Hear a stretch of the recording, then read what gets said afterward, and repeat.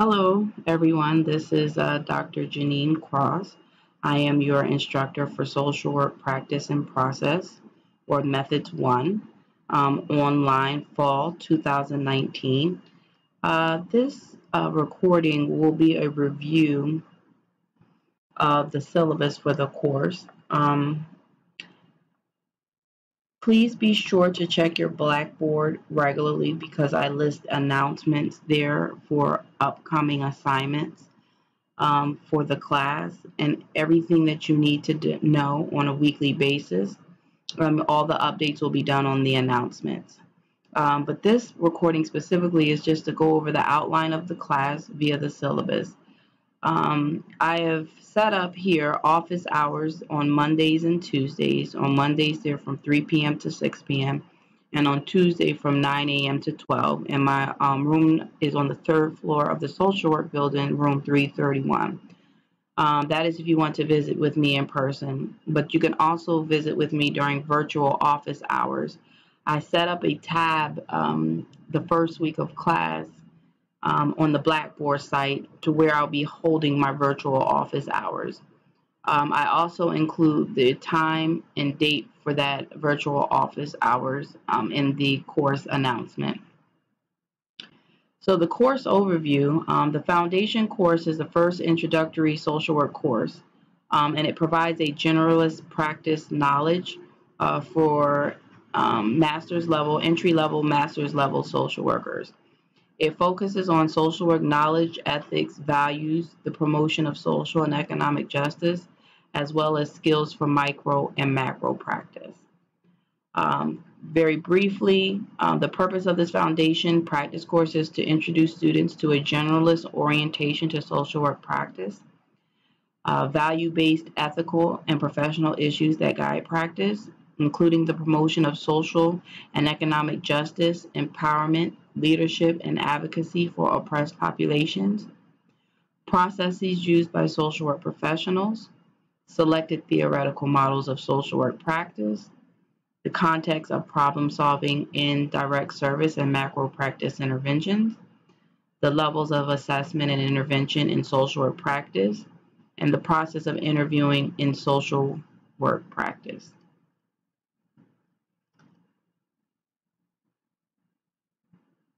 As I stated before, we'll be using Blackboard for our weekly course guide.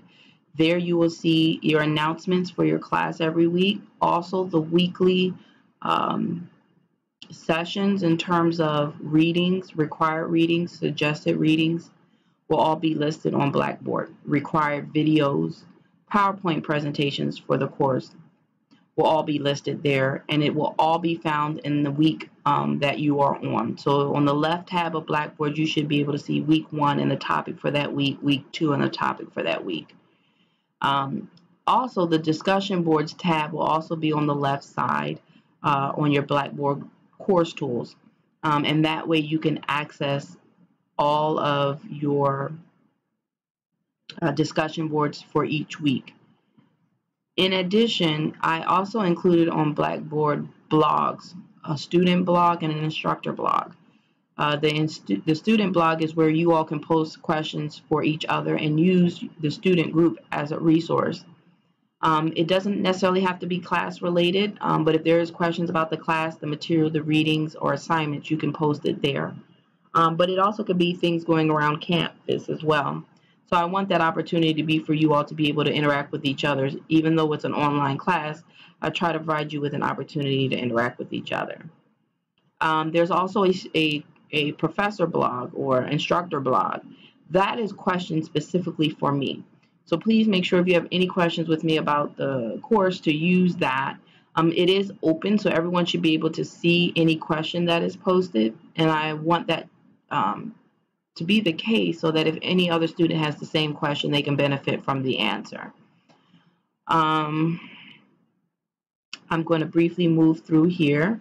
I'm just touching over the key elements of the syllabus, but I really hope everyone takes the time to go through it in detail on their own. The course objectives are also listed here, and they are to understand the knowledge base for social work practice, developing an understanding of differential needs of client systems, including oppressed groups, from empowerment and strengths-based, ecological systems, socio-cultural points of view, with special focus on the Black perspective.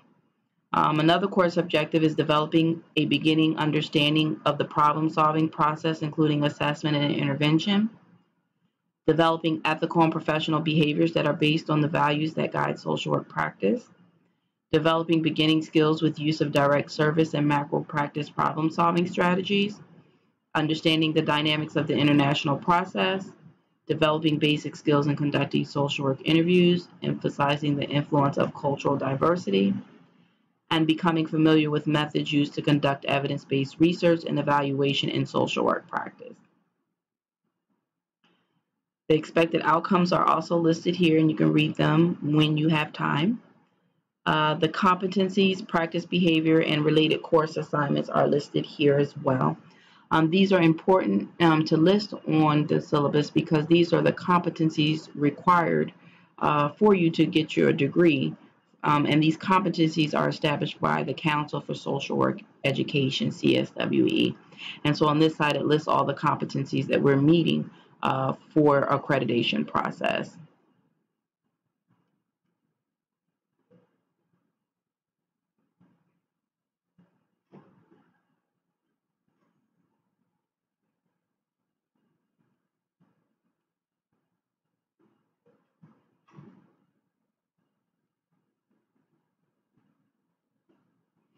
So now we're getting to the textbooks for this course.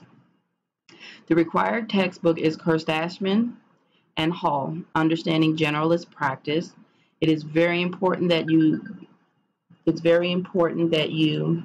get your books for the course as soon as possible so that you are prepared. The first week of readings have been uploaded for you on Blackboard just to give you a quick head start because it's important that you start working on your books if you do not have them already, and I don't want them to be a barrier. This course has a lot of readings, whether it's journal readings or textbooks. And so it's very important that you stay ahead and have the tools that you need to be successful. And it starts off with the textbook. The journal readings, for the most part, will be uploaded for you in the Blackboard folders so that you won't have to do too much looking around to find them. But I do encourage you to use your research skills to locate some of the journals because not all professors may upload the readings for you. And in that way, you know how to access them yourself. Also, it's just important to get familiar with the tools that you use to do research and to locate journal articles and books through our library system as well. So it's just good practice. Suggested textbook that you may want to get that may enhance your learning in the course is Compton, Galloway, and Cornier or Johnson, Social Work Process and Social Work Practice, a Generalist Approach. These are not needed for this course, but if you want to enhance your knowledge, those are also suggested textbooks. Academic Code of Conduct.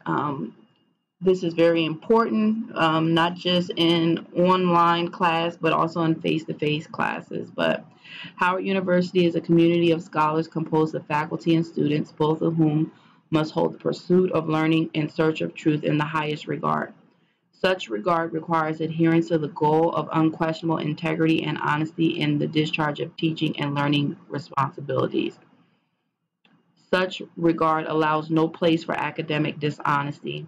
To be assured of the realization of this goal, any student enrolled for study at the university may be disciplined for academic infractions on page 15 of the student handbook. Again, even though it is an online course, you are expected and held to integrity standards, honesty as well, not only for the Howard University, but also for our ethical standards, which you'll learn more about in this course. Part of this is the SafeAssign tool that we have in Blackboard. Anytime you submit a paper, it will be scanned through SafeAssign. You will get an originality report with that and a score. Scores should generally be low, 20%, 25%, and low. If you get an originality report that's higher than that, you want to click and see why. If it's in the area of your references, that's acceptable. However, if it's in the body of the paper, you may want to rewrite that because that's a sign that it's too similar to another paper that's already submitted. Most of the assignments have unlimited submissions because I want you to be able to upload and see your score. And then that way it gives you the opportunity to remove the paper and resubmit. Special student services. Howard University is committed to providing access and reasonable accommodations to persons with documented disabilities in accordance with the ADA and in accordance with other pertinent federal, state, and local disability and discrimination laws. The university, through its Disability Service and the Office of Student Service, will coordinate and support services to assist students with disabilities to maximize their educational potential through their awareness of available services. In short, please make sure that you contact Special Student Services if you need any type of accommodation. These accommodations can be physical or mental health related or other. It is important that if you need an accommodation that you get it set in place prior to the start of class or as early as possible. The accommodation is usually honored once the instructor receives information from Student Services stating that the accommodation is to take effect. This means that if you email or talk to any instructor without or before that paperwork is submitted or before that instructor is notified, they cannot provide that accommodation to you until they get that documentation from Student Services. So please get that initiated as soon as possible if that is something that you need. Statement on interpersonal violence. Statement on interpersonal violence. Howard University takes sexual assault, dating violence, domestic violence, stalking, and sexual harassment seriously. If the student reveals that he or she needs assistance with any of these issues, all responsible employees at the university are required to share this information with the university title office. So please be mindful if this is something that you are experiencing or you're having challenges with, to please notify any staff member here at the university so that we can help you as soon as possible. The classroom learning environment. Within the Howard University School of Social Work, a positive learning environment in the classroom is critical to students. That's online and in-person class.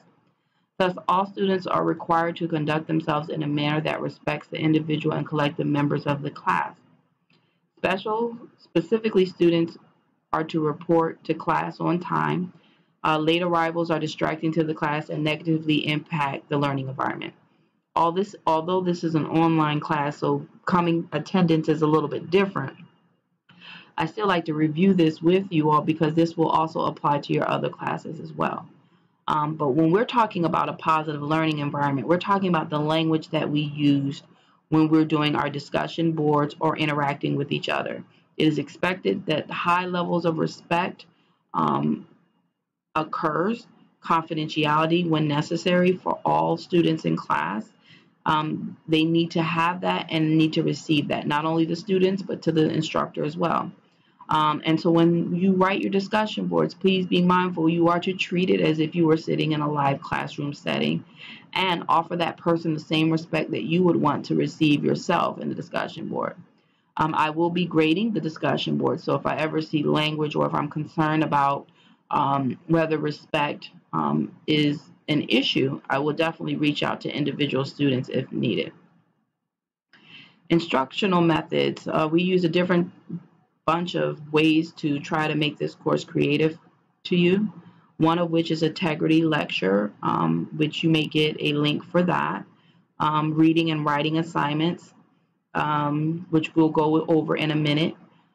Peer learning and group exercises. We use the discussion board a lot for that group interaction. Use of technology, such as what I'm using today to go over the syllabus with you, and YouTube videos as well. Emails and updates. Students will receive communication via email generated through Blackboard. Students should update their information the first day of the course. If you have not received emails within the first week of class, please email the professor for assistance. And again, announcements will be posted periodically. Please make sure you go into your Blackboard profile if you can, upload a picture. It makes it more personal with everyone interacting. You can also modify your settings for your emails and your updates and that. Please do so because it makes the difference in making sure you're notified of things when they're due. Mutual aid. As a new student and a new resident to the DC area, if that applies to you, you may want to begin developing your network of peer support. The exchange of telephone numbers with at least 2 cohort members is strongly recommended for keeping up with assignments. If you do have to miss a class, a lecture, or if you're having some challenges where you can't access the online portal. Also, again, I created a student blog to provide another means for you all to interact with each other. Again, it is not restricted to the course, even though I would like to see a lot of course discussion there if it's needed. But please feel free to interact with your peers using that in any possible way. Evaluation of student performance, management and completion of all assignments. Standards of presentation will be strictly enforced to foster the development of good academic and professional habits. All papers and written work are to be done on a computer. Papers must be presented professionally and academically sound through use of the current APA style manual. Points are often deducted from an assignment when APA format is not followed. Some professors will return your paper without grading it if it doesn't meet the APA format, so be mindful of that. For this course, we're trying to set you off on the right foot. No late assignments will be accepted. You must submit all your assignments on time, no exception. Please also be mindful of the points that you are getting for it and how much that is weighted in your overall grade. Because if an assignment is missed, that gives you an idea of the percentage of your grade that will be dropped due to that missed assignment. Writing matters. Writing is an essential tool for thinking and communicating in virtually every discipline and profession. Therefore, in this course, I expect you to produce writing that is not only thoughtful and accurate, but also organized, clear, grammatical, and consistent with the convention of the field. If you find that you're having problems with writing, or sometimes a professor may feel that you need a little bit of assistance and support with your writing, and may send you to the Howard University Expository Writing Program to get more assistance in that. Please consider that as a support system to you and one of the many things we have available here to help you improve your writing and be successful in the program. So now getting to the nitty-gritty of the course assignments, due dates, and grading. As you see here, we list the grading system and what your percentage needs to be in order to get the grade that you're looking for. So A is anything from 100 to a score of 90. B, 89 to 80, C, 79, 70, and F, 69 and below.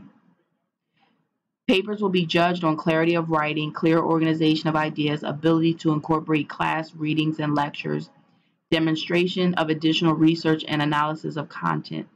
All assignments should be written, again, using the APA manual or APA format. All assignments will be submitted online via Blackboard by the due date. Emailed or late assignments will not be accepted. I will say this again, this is very important, particularly for an online course.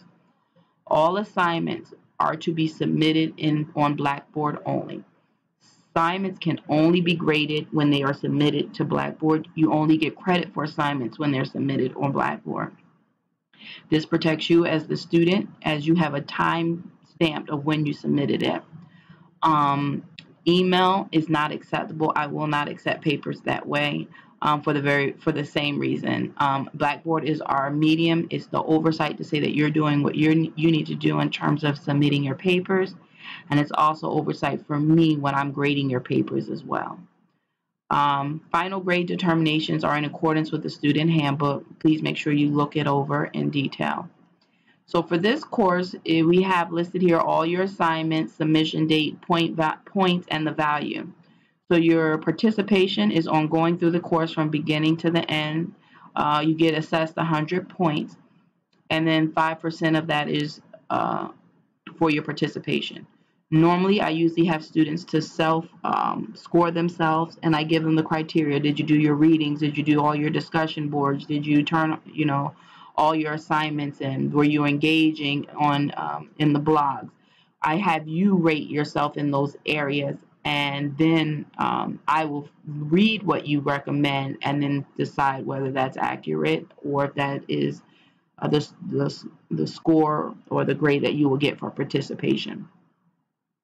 Mini paper 1 is due August 26th, 10% of your grade. Mini paper 2, September 23rd, 15% of your grade. Midterm exam, October 7th, 20% of your grade. Community assessment, due October 28th, 10% of your grade. Agency paper, due November 11th, 20% of your grade. Final presentation, November 18th, 10% of your grade. Quizzes on September 9th and November 25th, 5% of your grade. Discussion boards, 5% of your grade. Here goes into details more about your assignments. They are listed here. Your quizzes are uploaded or will be uploaded online on Blackboard. It will be timed quizzes. If you have any questions specifically about the quizzes, please feel free to email me or use the instructor blog about them. Discussion board mini papers. Again, the discussion board tab will list all the discussion boards that are due every week. The discussion boards, as well as your assignments, have rubrics for grading. I strongly suggest that you take a look at the rubric before submitting any assignment and making sure that your paper aligns with the rubric. The rubric, in terms of the language, talks about meeting competence, advanced competence, developing competence, or no competence. Also, you'll hear language in terms of proficient, comprehensive discussion. You'll hear language such as good versus proficient and good versus comprehensive. Things that fall under comprehensive and things that fall under proficient is usually advanced competencies. When you see good on the rubric, that's referring to competent. If you see average, that is considered developing competence, and when you see satisfactory or poor, that's usually no competence. And what is the difference? In short, as mentioned earlier, the difference between proficient and good papers versus average, satisfactory, or poor is how comprehensive the area or content is covered by the student. Is the student providing very thorough, detailed discussion of the content matter? Are they incorporating the readings in their discussion? Are they aligning certain parts of the paper together? Does part 1 flow into part 2? Does part 2 flow into part 3? So it's not just to share information in your papers, but it's really to get you to critically think about how you're presenting your ideas, and as well as linking those ideas together. One good way to start off is making sure you look at the rubric first, and as well as the assignment instructions in detail.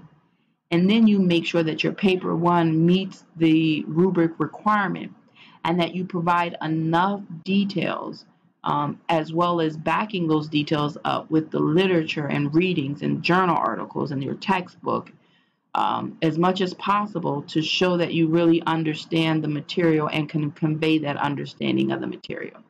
So in short, when you hear the language of proficient and comprehensive, I'm really looking at how well you discuss the details in each section that you are to cover, and how much are you using the evidence of the textbook to develop your ideas, to discuss your ideas, and how you're aligning all the concepts in your paper. That's the difference between a proficient and comprehensive and a good paper compared to one that is not. Again, if you have any questions, please feel free to email me about that. For discussion boards, it's the same thing. It's pretty much how are you using the readings, what you're learning in the course to establish your post. Also, are you turning things in on time? That's the difference between a paper that's good and satisfactory. Are you citing correctly your APA format? That's the difference between a post that gets full credit versus a one that does not. And also same for your papers. If it's properly cited in APA format, makes a difference on whether you get exceptional or advanced competence versus competent type of work. Any questions, again, let me know. Mini paper 1. In a 2 to 3 page paper, describe a time when you needed help. What was the situation? Where did you go for help? What help did you receive? How did it feel to receive help? And how did the person helping you make you feel? What could the person have done to have been more helpful? And how can you apply what you learned from this situation to your career as a social worker?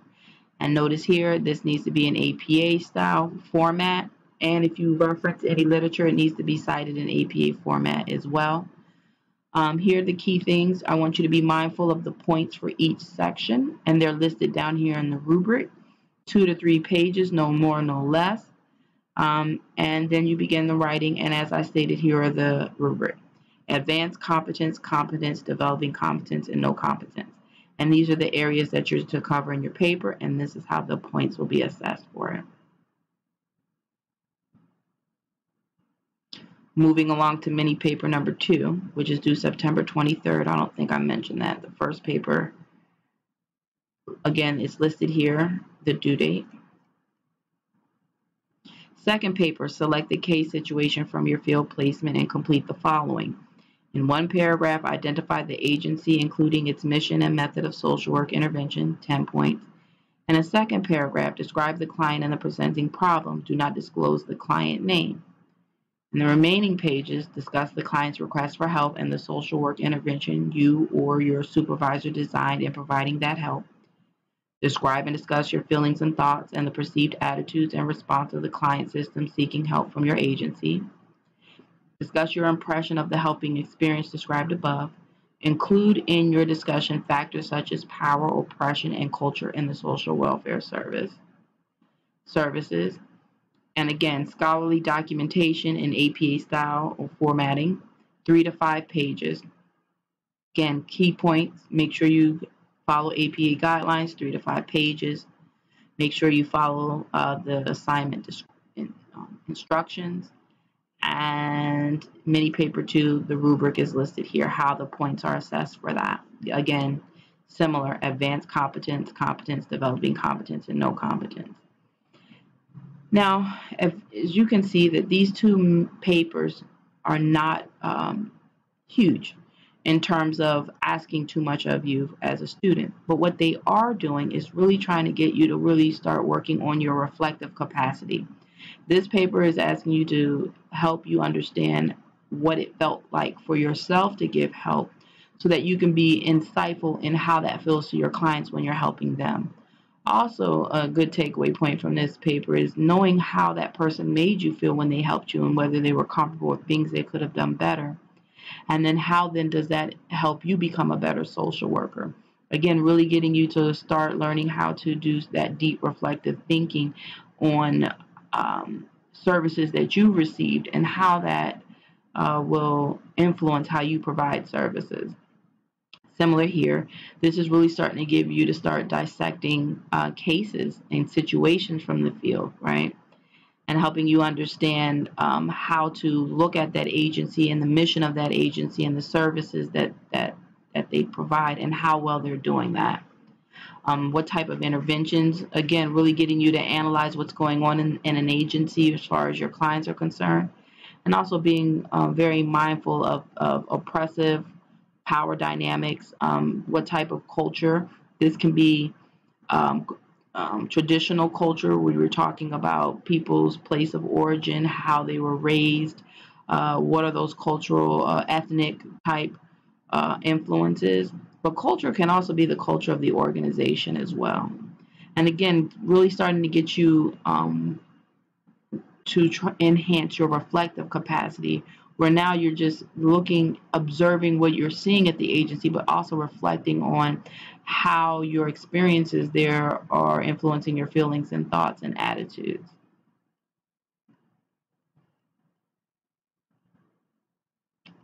Midterm exam will be on Blackboard.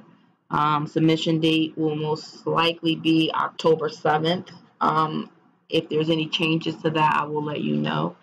It will probably open on that date and close on that date. It will be a timed test to complete.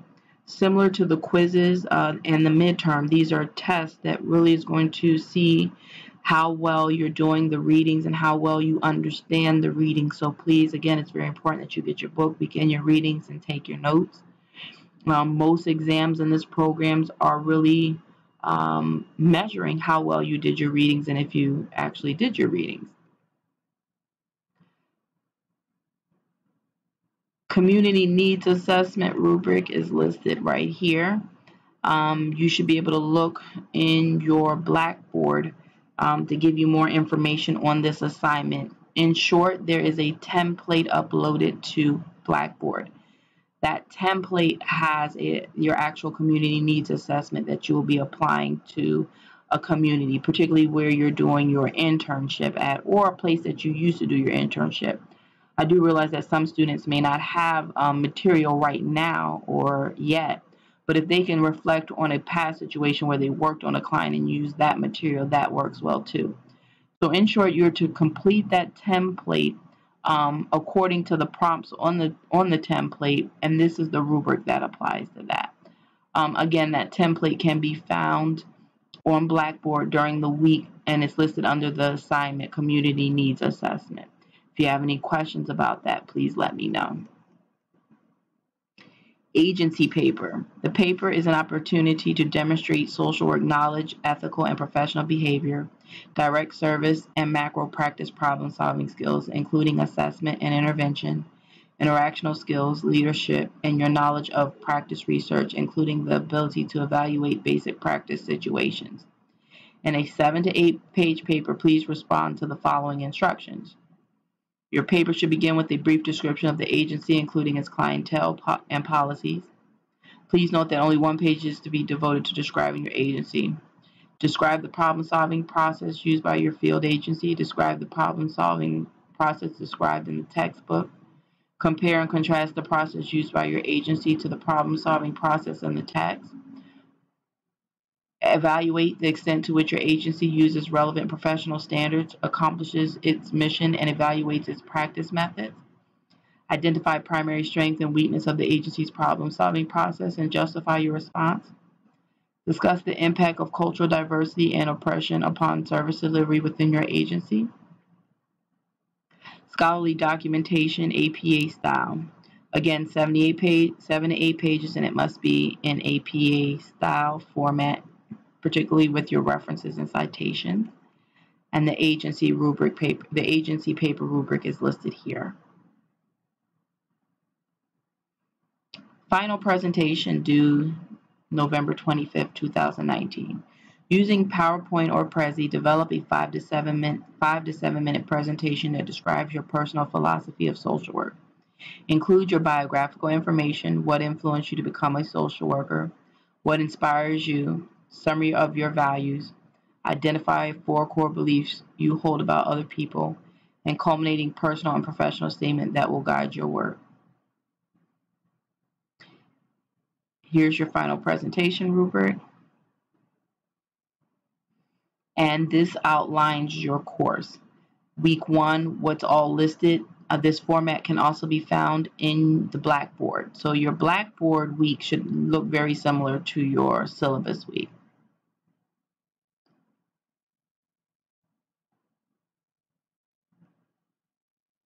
I also make sure that under each week I include when the assignment is due as well in red.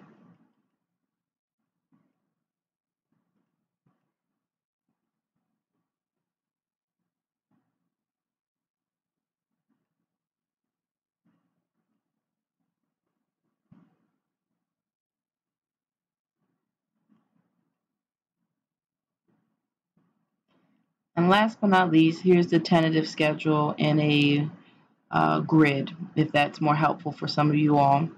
How everything is listed, the required readings here. Here are the main required readings from your textbook. However, in Blackboard, it's going to have the other required readings that are more your journal articles, and videos and so forth. So this gives you an idea of what the main reading assignments is from your textbook. But please also make sure you look at your Blackboard page, because it will list what the required readings are for the course. And in a nutshell, that's pretty much your syllabus. This is just a brief overview of the main portions of it to make sure every student is on the same page and off to the right start. Please feel free to watch this video more than once if you need to refresh on what are the things that are important. I'm available for you at any time. Please feel free to email me directly if you need to, or you can meet with me during the virtual office times as another option, and or feel free to use the blog to send a question to me. Welcome to the course, and I look forward to a successful and productive year with you. Have a good day.